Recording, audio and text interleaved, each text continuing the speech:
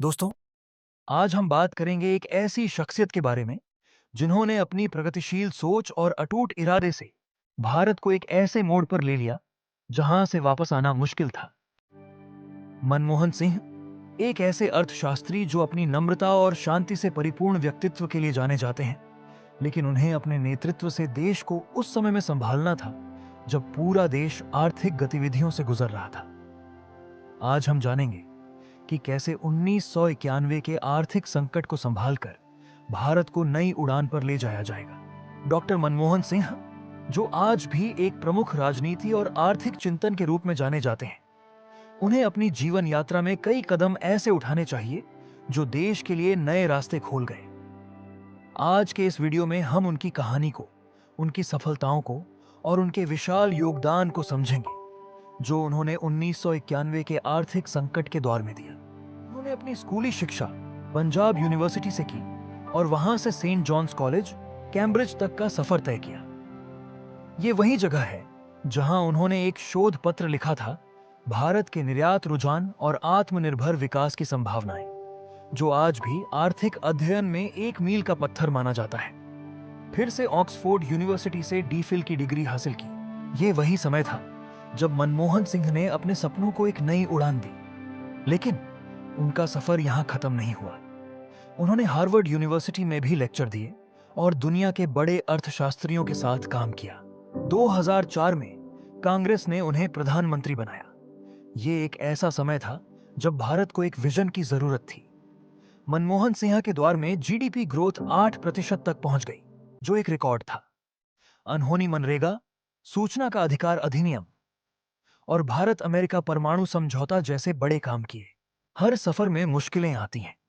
Doctor Manmohan Singh को भी अपनी विनम्रता के कारण कभी-कभी कमजोर पीएम कहा गया।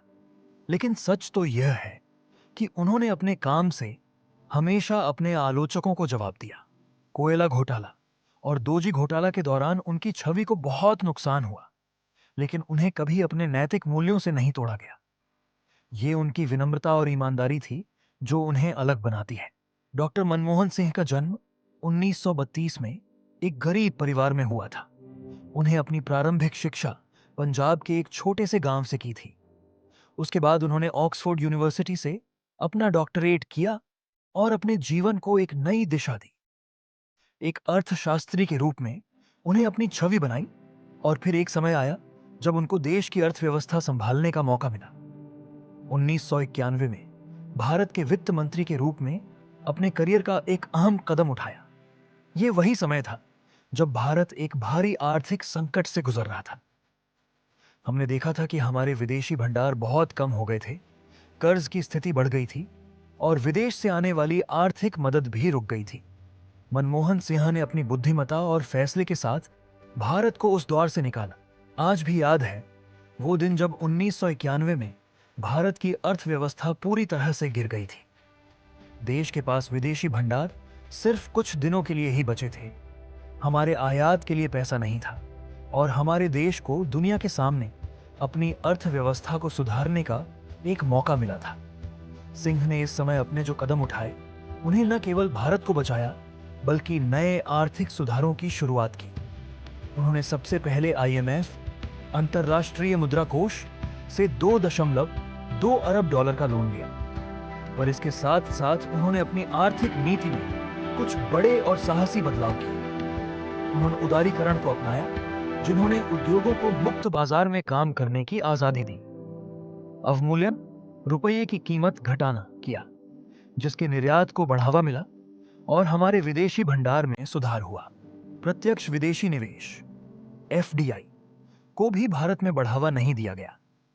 इससे न सिर्फ भारत की अर्थव्यवस्था में विकास हुआ, नई प्रौद्योगिकियों और कौशल का भी हस्तांतरण हुआ। इस समय के सुधारों ने देश को एक नई दिशा दी और एक ऐसी अर्थव्यवस्था को जन्म दिया जो आज दुनिया की शीर्ष अर्थव्यवस्थाओं में से एक है। डॉक्टर मनमोहन सिंह के नेतृत्व के दौर में चुनौतियां भी आईं। 2004 में जब उन्हें अपने कार्यकाल का प्रारंभ करना पड़ा, उनके सामने कुछ समस्याएं थीं। आर्थिक विकास को बनाए रखना है, बेरोजगारी को कम करना है और सामाजिक असमानता को सुधारना है। ये सब उनके लिए चुनौतियां हैं। और फिर 2012 में उन्हें कुछ आर्थिक घोटाले और भ्रष्टाचार की वजह से आलोचना का सामना भी करना पड़ा। अपने कार्यकाल के दौरान कई फैसलों के लिए जो उनके लिए विवादास्पद भी थे, लेकिन सिंह ने कभी अपने फैसले पर पीछे मुड़कर नहीं देखा।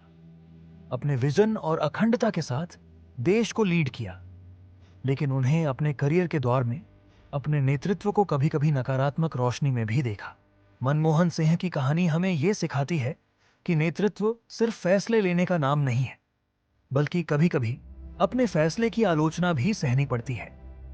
उन्हें अपने देश के लिए वो कदम उठाए जो कई बार प्रश्न संगत थे, लेकिन उन्हें कभी अपनी दृष्टि से नहीं छोड़ा।